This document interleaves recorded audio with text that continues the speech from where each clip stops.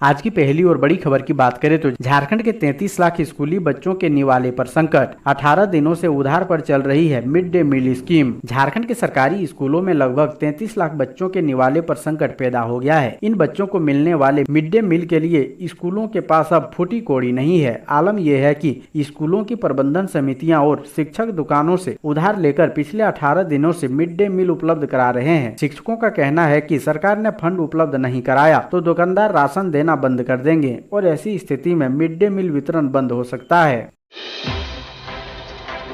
अगली बड़ी खबर की बात करें तो झारखंड की पहली महिला राज्यसभा सदस्य हुई महुआ माझी। सीएम हेमंत सोरेन ने दी बधाई।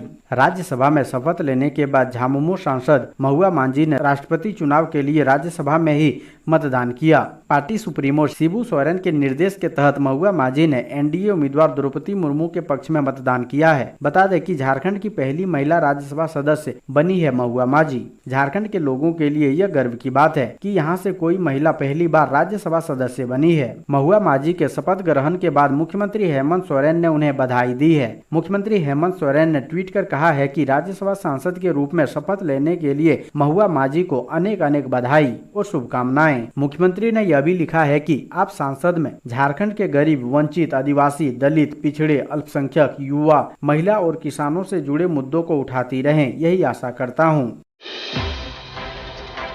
अगली बड़ी खबर की बात करें तो झारखंड से द्रौपदी मुर्मू के पक्ष में 75% वोटिंग, यशवंत सिन्हा को 20 वोट। राष्ट्रपति चुनाव में एनडीए की उम्मीदवार द्रौपदी मुर्मू के पक्ष में झारखंड में 75% वोटिंग हुई है। भाजपा, झामुमो, आजसू और 2 निर्दलीयों के अलावा एनसीपी ने भी द्रौपदी मुर्मू के पक्ष में मतदान किया है। एनसीपी ने विपक्ष के उम्मीदवार यशवंत सिन्हा को समर्थन दिया था, लेकिन झारखंड में एनसीपी विधायक कमलेश सिंह ने अंतरात्मा की आवाज सुनकर द्रौपदी मुर्मू को वोट दिया। द्रौपदी मुर्मू के पक्ष में भाजपा के 25, जेएमएम के 30, आजसू के 2, एनसीपी का 1 और 2 निर्दलीयों सरयू राय और अमित यादव का वोट पड़ा। 60 वोट द्रौपदी मुर्मू को मिले। वहीं यशवंत सिन्हा के पक्ष में कांग्रेस के 18 विधायकों के अलावा एक आरजेडी और एक माले के विधायक ने वोटिंग की। यशवंत के पक्ष में कुल मिलाकर 20 मत यानी 25% वोट मिले हैं। झारखंड विधानसभा में विधायकों की संख्या 81 है, लेकिन सिंदरी के विधायक इंद्रजीत महतो के बीमार होने की वजह से वे वोट नहीं डाल पाए। 80 विधायकों ने वोटिंग की। अगली बड़ी खबर की बात करें तो केंद्रीय मंत्री स्मृति ईरानी समेत 3 बीजेपी नेताओं पर केस। जानिए क्या है पूरा मामला। झारखंड की राजधानी रांची से इस वक्त की बड़ी खबर सामने आ रही है। कांग्रेस ने केंद्रीय मंत्री स्मृति ईरानी और बीजेपी नेता अमित मालवीय के खिलाफ केस दर्ज कराया है। दोनों बीजेपी नेताओं पर आरोप है कि उन्होंने द्रौपदी मुर्मू को लेकर कांग्रेस नेता अजय कुमार के बयान को तोड़ मड़ोड़ कर पेश किया। झारखंड कांग्रेस के प्रवक्ता राजीव रंजन प्रसाद ने रांची के कोतवाली थाने में केस दर्ज कराया है। कांग्रेस नेता राजीव रंजन प्रसाद ने आरोप लगाया है कि स्मृति ईरानी, अमित मालवीय और प्रीति गांधी ने एक सोची समझी साजिश के तहत सोशल मीडिया पर कांग्रेस के राष्ट्रीय प्रवक्ता अजय कुमार के बयान को पेश किया और कांग्रेस की छवि को धूमिल करने की कोशिश की है। उन्होंने कहा है कि बीजेपी ने आदिवासियों के अपमान के साथ द्रौपदी मुर्मू का भी अपमान किया है। उन्होंने कहा कि बीजेपी को आदिवासियों के उत्थान से कोई लेना देना नहीं है और सिर्फ चुनावी फायदे के लिए बीजेपी उनका इस्तेमाल करती है। अगली बड़ी खबर की बात करें तो उच्चतम न्यायालय भ्रष्टाचार मामले में झारखंड सरकार और सोरेन की याचिका पर सुनवाई को तैयार। उच्चतम न्यायालय झारखंड सरकार और राज्य के मुख्यमंत्री हेमंत सोरेन की ओर से दाखिल 2 अलग अलग याचिकाओं को सुनवाई के लिए सूचीबद्ध करने पर सोमवार को सहमत हो गया। ये याचिकाएं उच्च विद्यालय के उस फैसले को चुनौती देते हुए दाखिल की गई है जिसमें खनन पट्टे जारी करने में कथित अनियमितता को लेकर मुख्यमंत्री के खिलाफ जाँच की मांग वाली एक जनहित याचिका को सुनवाई के लिए स्वीकार कर लिया था। अगली बड़ी खबर की बात करें तो एयरपोर्ट को लेकर प्रशासन रेस। डीसी के नेतृत्व में अधिकारियों ने किया निरीक्षण। देश के प्रधानमंत्री नरेंद्र मोदी ने देवघर एयरपोर्ट उद्घाटन के मौके पर बोकारो एयरपोर्ट से भी जल्द उड़ान सेवा शुरू करने की घोषणा की थी। घोषणा के बाद अब जिला प्रशासन इसको लेकर रेस है।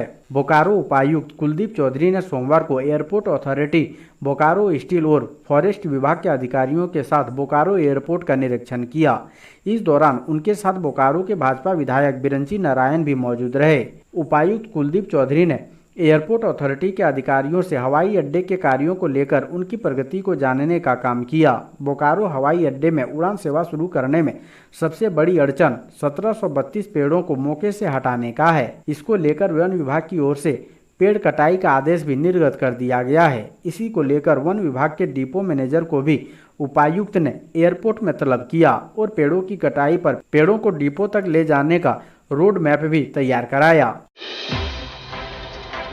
अगली बड़ी खबर की बात करें तो झारखंड के इन जिलों में 22 जुलाई को होगी जोरदार बारिश, येलो अलर्ट जारी। झारखंड में 22 जुलाई को जोरदार बारिश होगी। मौसम विभाग ने भारी बारिश की संभावना को लेकर येलो अलर्ट जारी कर दिया है। इसके तहत 22 जुलाई को राज्य के कई जिलों में गर्जन और वज्रपात होगी, जबकि दक्षिणी मध्य और निकटवर्ती पूर्वी भागों में कहीं कहीं भारी बारिश की संभावना जताई गई है। मौसम केंद्र के मुताबिक 22 जुलाई को रांची के अलावा पूर्वी सिंहभूम, पश्चिमी सिंहभूम, सिमडेगा, सरायकेला खरसावां, बोकारो, गुमला, हजारीबाग, खुट्टी, रामगढ़ और आसपास के जिलों में कहीं कहीं भारी बारिश की संभावना है। मौसम केंद्र रांची की ओर से जारी पूर्वानुमान के तहत 19 जुलाई को राज्य में कुछ स्थानों पर हल्की से मध्यम दर्जे की बारिश होने की संभावना है। कहीं कहीं गर्जन और वज्रपात होने की भी आशंका है। अगली बड़ी खबर की बात करें तो झामुमो ने मुख्यमंत्री से की गढ़वा को सूखा क्षेत्र घोषित करने की मांग। झामुमो जिलाध्यक्ष तनवीर आलम खान एवं जिला सचिव मनोज ठाकुर ने उपायुक्त रमेश घोलप के माध्यम से मुख्यमंत्री को ज्ञापन सौंपकर गढ़वा समेत पूरे पलामू प्रमंडल को सूखा क्षेत्र घोषित करने की मांग की है। ज्ञापन सौंपने के बाद उन्होंने कहा कि गढ़वा जिले में इस वर्ष वर्षा नहीं होने से भदई और खरीफ की फसल पूरी तरह समाप्त हो चुकी है। गढ़वा जिले के किसानों के पास जो बीज था, बीजों को उन्होंने मानसून की आस में खेतों में डाल दिया, जो सभी बर्बाद हो चुके हैं। अब यदि वर्षा होती भी है तो किसानों के पास बीज नहीं है। फसलों की बुआई का सीजन भी समाप्त हो चला है। ऐसी स्थिति में गढ़वा जिला सहित पूरे पलामू प्रमंडल को सूखाग्रस्त घोषित किया जाना चाहिए।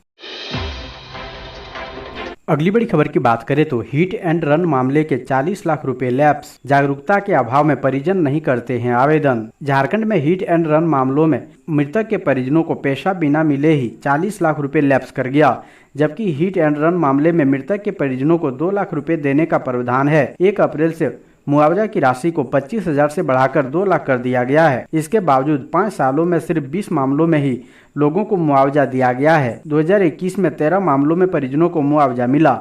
इन 13 मामलों में 9,25,000 रुपए का भुगतान किया गया। बीते 5 सालों में 563 मामले ऐसे हैं जो हिट एंड रन केस के दायरे में आते हैं, मगर परिजनों द्वारा रोड सेफ्टी डिपार्टमेंट को आवेदन न के बराबर मिला, यानी 1% भी आवेदन नहीं मिला है। जागरूकता के अभाव में पीड़ित के परिजनों को मुआवजा नहीं मिल पाता है, जबकि कई मामलों में सड़क दुर्घटना होने की स्थिति में कई दफा स्थानीय लोगों द्वारा मुआवजे की मांग को लेकर सड़कों को जाम कर दिया जाता है। अगली बड़ी खबर की बात करें तो मनरेगा के तहत 8 करोड़ 40 लाख की लागत से 223 किसानों को आम बागवानी के लिए किया जा रहा प्रेरित। बोकारो जिले के गोमिया प्रखंड अंतर्गत 36 पंचायतों के 20 पंचायतों में आम की बागवानी कराकर ग्रामीण कृषकों को आत्मनिर्भर बनाया जा रहा है। मनरेगा के तहत इसके लिए 8 करोड़ 40 लाख रुपए खर्च किए जा रहे हैं। 223 कृषकों को आम की बागवानी के लिए प्रेरित कर काम किया जा रहा है। प्रखंड में 223 एकड़ भूमि में 223 लाभुकों के बीच 25,000 आम का पेड़ के अलावा 18,000 इमारती पेड़ लगाने का काम चल रहा है। इसके लिए चिन्हित सभी किसानों के भूमि पर उर्वरक खाद देकर भूमि को उर्वरक बनाया जा रहा है। पेड़ लगाने के 3 से 5 वर्षों के बाद गांव से बाजारों में अम्रपाली, लंगड़ा, सिपिया, मल्लिका आदि प्रजाति के आम मिलने लगेंगे। अगली बड़ी खबर की बात करें तो सामान्य स्कूल कैसे बन गया उर्दू विद्यालय, विवाद बढ़ने पर बीजेपी सांसद ने की जांच की मांग। झारखंड के लोहरदगा जिले के किस्को प्रखंड अंतर्गत राजकीय उत्क्रमित उर्दू उच्च विद्यालय अब विवादों से घिर गया है। इस विद्यालय से 1976 में पढ़कर निकले धनेश्वर पांडे ने आरोप लगाया है कि इस विद्यालय में जिस समय वो पढ़ा करते थे उस समय नाम प्राथमिक विद्यालय हुआ करता था। 1976 में जब उन्हें विद्यालय से सर्टिफिकेट दिए गए थे तब उस पर उर्दू विद्यालय का कहीं जिक्र नहीं था, लेकिन अब विद्यालय का नाम उर्दू विद्यालय हो गया है। यह एक षड्यंत्र के तहत किया गया है। इस विद्यालय का संचालन पहले की ही तरह होना चाहिए। वहीं इस उर्दू विद्यालय के विवाद बीजेपी सांसद सुदर्शन भगत तक पहुंचा तो उन्होंने शिक्षा विभाग से इसकी जांच करने की बात कही। सांसद ने कहा कि ग्रामीणों और अभिभावकों की तरफ से चुरहू उर्दू उच्च विद्यालय के संदर्भ में खासकर उर्दू नाम को लेकर आपत्ति जताई गई है। इनका कहना है कि यह सामान्य विद्यालय था, लेकिन अचानक कैसे यह स्कूल उर्दू उच्च विद्यालय में परिणत हो गया। अगली बड़ी खबर की बात करें तो झारखंड में मानसून ने की दगाबाजी, धान के बिछड़े हुए बर्बाद। इस बार मानसून की बेरुखी के कारण किसानों की मुश्किलें बढ़ गई है। कमजोर मानसून की वजह से धान की खेती पर ग्रहण लगा हुआ है। अगर आने वाले 10 दिनों में बारिश नहीं हुई तो धान की खेती बर्बाद हो सकती है। ऐसे में अब किसान आसमान की तरफ देखने को मजबूर हो गए हैं। अगर आने वाले दिनों में बारिश न हुई तो खेती कर गुजर बसर करने वाले किसानों के लिए समस्या बढ़ जाएगी। राजधानी रांची के सबसे बड़े धान की खेती करने वाले इलाके कांके प्रखंड के होचर में मानसून की दगाबाजी से धान के बिछड़े खराब हो गए हैं। लिहाजा 1000 एकड़ से ज्यादा इलाके में धान की खेती पर अब सवालिया निशान लग गया है। बारिश न होने की वजह से होचर में सिंचाई की वैकल्पिक व्यवस्था को लेकर बने कुआं और तालाब भी सूख चुके हैं। ऐसे में धान की खेती को लेकर किसानों की उम्मीद टूटती हुई दिखाई दे रही है। अगली बड़ी खबर की बात करें तो झारखंड विधानसभा में 80 विधायकों ने डाले vote, BJP MLA Indrajit Mehta नहीं कर सके मतदान। राष्ट्रपति चुनाव 2022 को लेकर देश के सभी राज्यों के विधानसभा और सांसद भवन में सोमवार को वोट डाले गए। झारखंड विधानसभा में भी कड़ी सुरक्षा व्यवस्था के बीच सुबह 10 बजे से शाम 5 बजे तक मतदान हुआ। इस दौरान झारखंड विधानसभा के निर्वाचित 81 सदस्यों में से 80 विधायकों ने अपने मताधिकार का प्रयोग किया। हैदराबाद में पिछले कई महीनों से इलाजरत बीजेपी विधायक इंद्रजीत मेहता को छोड़कर सभी विधायकों ने रांची में मतदान किया, जबकि झारखंड के 14 लोकसभा और 6 राज्यसभा सांसदों ने सांसद भवन स्थित मतदान केंद्र में अपने मताधिकार का प्रयोग किया। झारखंड विधानसभा में बनाए गए मतदान केंद्र में सबसे पहले मतदाता के रूप में भाजपा विधायक अनंत ओझा ने अपना वोट डाला, जबकि अंतिम मतदाता के रूप में निर्दलीय विधायक सरयू राय ने मतदान किया। अगली बड़ी खबर की बात करें तो झारखंड की पहली महिला राज्यसभा सदस्य बनी महुआ माझी। कांग्रेस झामुमो के बीच नाम पर था विवाद। झारखंड का नाम तो इतिहास के पन्नों में पहले से ही दर्ज है, लेकिन सोमवार को एक और नई इबारत जुड़ गई। यह हर झारखंडी को गौरवान्वित करने वाली घटना है। इसका श्रेय मुख्यमंत्री हेमंत सोरेन और उनकी पार्टी झामुमो को जाता है। झामुमो नेत्री और वरिष्ठ साहित्यकार डॉक्टर महुआ माझी झारखंड की रहने वाली पहली ऐसी महिला बन गई है जो राज्यसभा की सदस्य है। झारखंड से अब तक कोई स्थानीय महिला राज्यसभा में नहीं भेजी गई थी। कांग्रेस की ओर से श्रुति माबेल रेबोलो वर्ष 2006 से 2012 तक सदस्य जरूर रही है, लेकिन वह झारखंड की स्थानीय महिला नहीं थी। वह मध्य प्रदेश के भोपाल की रहने वाली थी।